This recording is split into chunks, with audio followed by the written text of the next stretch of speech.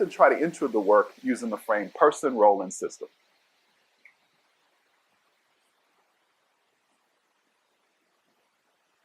Person, role, and system.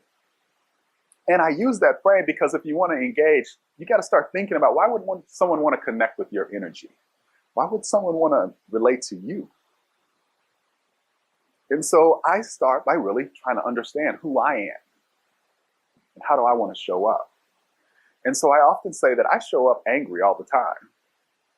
I'm angry because in America, opportunity is still too random. I get a chance to be here with you and being successful, and my sisters did not. Almost 1 in 3 Americans live at 200% of poverty in America, 100 million folks plus. Someone should be angry about that, right? Someone should be angry about it. The question is, can I use that anger in a healthy way? I show up with contempt for systems, contempt for collaboration, because often collaboration to me doesn't work. I show up in that way, and I show up with an urgency to get work done now. And I show up with an urgency to get work done at scale, commensurate with the scale of the problem. So I'm often walking into a room that way. But I'm also walking into the room very clear about what's my population. I'm walking into the room thinking about what's my population because I think, well, for me, that's how I get anchored in the work. I know who I'm here to serve. I know who I'm here to speak on behalf of.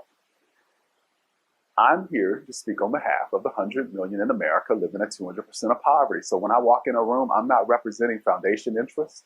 I'm not representing corporate interests. I'm not trying to just maintain PolicyLink for the sake of maintaining PolicyLink.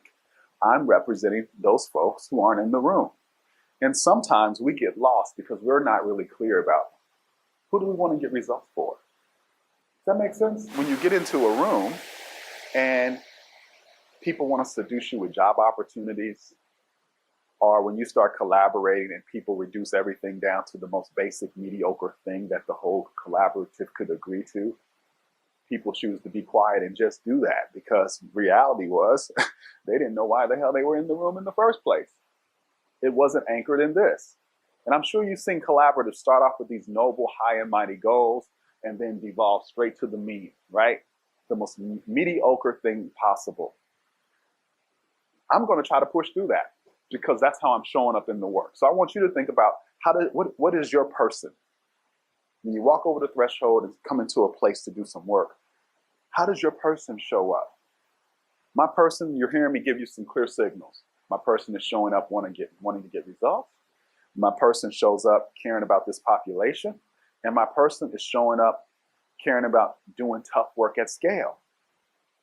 So if you don't want that person, just don't bring me to your meetings, right? But it's very clear what I care about. I know why I'm in that room. So I'm not going to be happy doing charity work. Does that make sense? Charity work is very important, but that's not what I want to do. This is also a good anger management technique. Because I don't get in situations that I could have kept myself out of. If people want to do charity work, that's fine. That's just not the meeting for me.